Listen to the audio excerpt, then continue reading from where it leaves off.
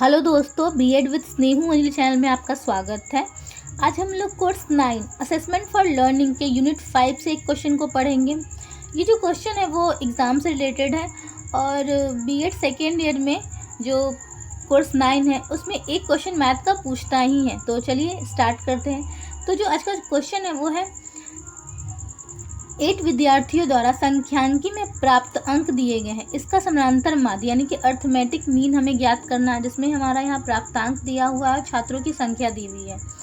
तो जो प्राप्तांक है उसे हम x मानेंगे और जो नंबर ऑफ स्टूडेंट्स है उसे हम f यानी कि फ्रीक्वेंसी जिसे हम बोलते हैं वो मानेंगे।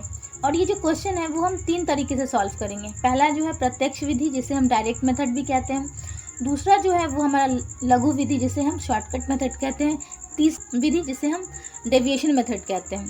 तो आइए देखते हैं।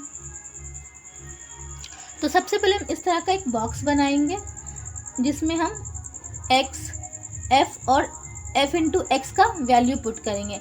यहाँ पे x का वैल्यू हमारा दिया हुआ है और f का भी वैल्यू दिया हुआ है जो ऊपर क्वेश्चन में है, और यहाँ हमें f इंटू एक्स का वैल्यू निकालना है। तो जो हमारा f है वो 10 है और x जो है वो हमारा 5 है। तो दोनों को मल्टीप्लाई करने पे हमारे यहाँ आंसर आ जाएगा, यानी कि f इंटू एक्स हमारा आ जाएगा। और यहाँ पे जो हमारा n है वो 100 है, क्योंकि ये सारे नंबर्स को जब हम ऐड करेंगे तो हमारा यहाँ पे n का वैल्यू आ जाएगा। और यहाँ पे सिग्मा f इंटू एक्स का वैल्यू जब इन सब नंबर को हम ऐड करेंगे तो यहाँ पे आ जाएगा, जो कि 1990 है। फिर यहाँ से हम फॉर्मूला देखेंगे जो कि अर्थमेटिक मीन का है, x bar equal to sigma F X upon sigma F. जब इस फॉर्मूले पे हम वैल्यू को पुट करेंगे तो हमारा आ जाएगा 1990 अपॉन 100। तो जब इसको हम 0 से 0 काट देंगे तो हमारा यहाँ पे 199 आएगा अपॉन 10। तो अगर हम इसको डिवाइड करेंगे तो हमारा x बार इक्वल टू 19.9 आएगा, यानी कि जो हमारा अर्थमेटिक मीन का वैल्यू है कितना आएगा 19.9। ये तो हो गई डायरेक्ट मेथड की बात। अब यहाँ से हम सेकंड मेथड को देखेंगे जो कि लघु विधि है, जिसे हम शॉर्टकट मेथड भी कहते हैं। इसका जो फॉर्मूला है x bar equal to a plus sigma f into D X upon sigma f। और यहाँ पे जो a है वो है हमारा एज्यूम्ड मीन और x जो है हमारा मार्क्स यानी कि प्राप्तांक। यहाँ से फिर से हम एक चार्ट बनाएंगे जहाँ पे x का वैल्यू, f का वैल्यू और dx और f इंटू डी एक्स का वैल्यू लिखेंगे। तो x का जो वैल्यू है वो हमारे क्वेश्चन में गिवन है, f का भी जो वैल्यू वो हमारे क्वेश्चन में गिवन है। हमें निकालना यहाँ से dx है, तो dx निकालने के लिए फॉर्मूला है x माइनस a। अब यहाँ से a हम कैसे निकालेंगे? a जो होता है वो बीच का मान होता है, तो जो कल्पित माध्य वो हमारा क्या है 20 है। तो यहाँ से हम फॉर्मूले पे पुट करेंगे, x जो है 5 है तो x माइनस यानी कि x माइनस 20। तो x का मान जो हमारा 5 है और यहाँ से माइनस 20 करेंगे तो हमारा जो वैल्यू आएगा माइनस 15 आएगा। तो यहाँ पे dx जो है हमारा पहला जो dx है वो माइनस 15 आ गया। फिर यहाँ से f इंटू डी एक्स जो है, f का वैल्यू 10 है और dx का वैल्यू माइनस 15 है। जब इन दोनों को मल्टीप्लाई करेंगे तो हमारा 150 जो कि माइनस में है वो आएगा। उसी तरह से सारे वैल्यूज़ को हम यहाँ पे निकालेंगे और बीच का वैल्यू जो है वो 0 हो जाएगा, क्योंकि अगर हम 20 में से 20 को माइनस करेंगे तो यहाँ 0 वैल्यू आएगा और 0 जो होता है वो न्यूट्रल होता है। तो ये बात हो गई बीच के कल्पित माध्य से रिलेटेड।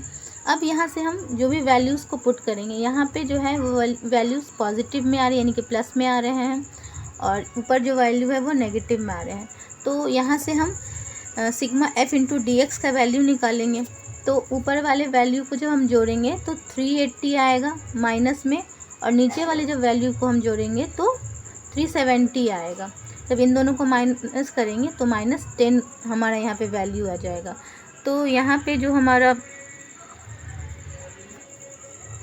जो sigma f into D X है वो माइनस 10 है और हमारा जो sigma f is equal to n जिसे हम n कहते हैं वो n जो है हमारा 100 है।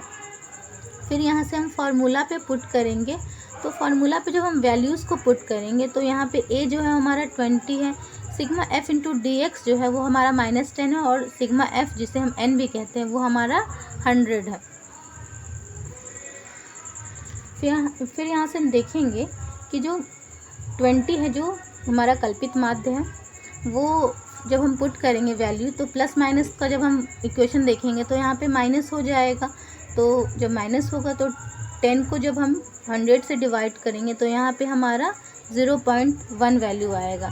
जब 20 को हम माइनस करेंगे 0.1 में तो हमारा जो वैल्यू आएगा 19.9, यानी कि जो x का वैल्यू है वो हमारा क्या हो जाएगा 19.9। यानी कि प्रत्यक्ष विधि में जो आंसर था वही हमारा लघु विधि में भी आंसर है। फिर यहाँ से हम थर्ड मेथड को देखेंगे।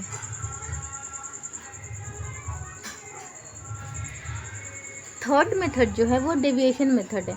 इसका जो फॉर्मूला है वो है x bar equal to a plus sigma f into D dash X upon sigma f into I. तो यहाँ से हम देखेंगे कि जो x बार है वो हमारा अर्थमेटिक मीन है, a जो है हमारा एज्यूम्ड मीन यानी कि कल्पित माध्य है। अब यहाँ से जो हमारा sigma f into D dash X जो है वो है sum one of respective terms deviation and frequency product, यानी कि संबंधित पद विचलन एवं आवृत्तियों के गुणनफल का ये योग है। फिर उसके बाद हम सिग्मा f जिसे हम n कहते हैं वो सम ऑफ फ्रीक्वेंसीज है, यानी कि आवृत्तियों का योग।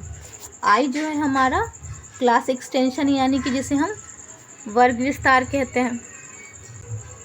यहाँ से फिर हम एक चार्ट बनाएंगे, इसमें x का वैल्यू पुट करेंगे, f का वैल्यू पुट करेंगे और dx तो हम जो सेकेंड मेथड था उसमें हम पता चल गया था कि जो dx है हमारा वो सबका वैल्यू निकल गया था, क्योंकि a का वैल्यू हमें पता था कि वो -20 है।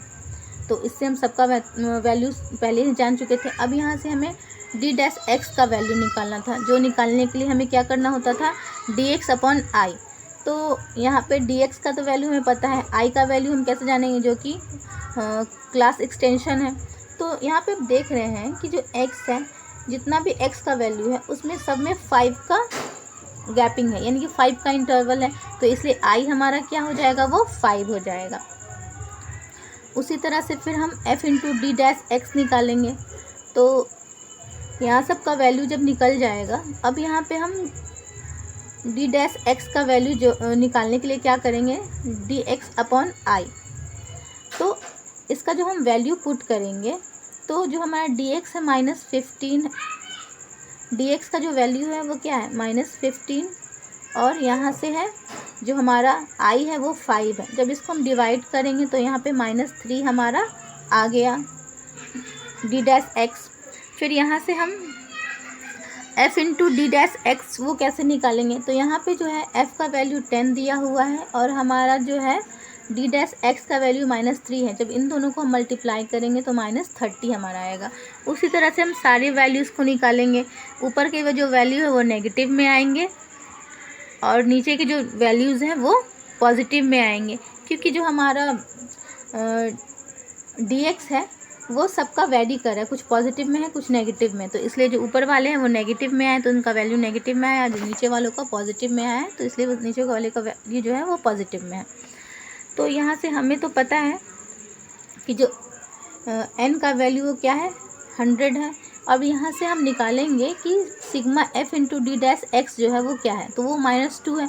वो अब कैसे आया, तो यहाँ से देखेंगे कि जो नेगेटिव जितनी वैल्यू थे उन सबको जोड़ने पे वहाँ पे क्या आया -76, और जो प्लस वाली वैल्यूज़ थे उसको जोड़ने पे 74 आया। जब दोनों को माइनस करेंगे तो -2 हमारा आ जाएगा sigma f into D dash x. तो यहाँ से इन वैल्यूज़ को हम पुट करेंगे फार्मूला पे। तो जब हम फार्मूला पे पुट करेंगे तो हमारा जो है यहाँ पे a क्या है हमारा 20, sigma into f into D dash X जो है उसका वैल्यू -2 है और सिग्मा f का वैल्यू हमारा 100 है। i का पता है आपको कि यहाँ पे 5 है। जब इन सब को हम फिर कैलकुलेट करेंगे तो हमारा क्या आ जाएगा 20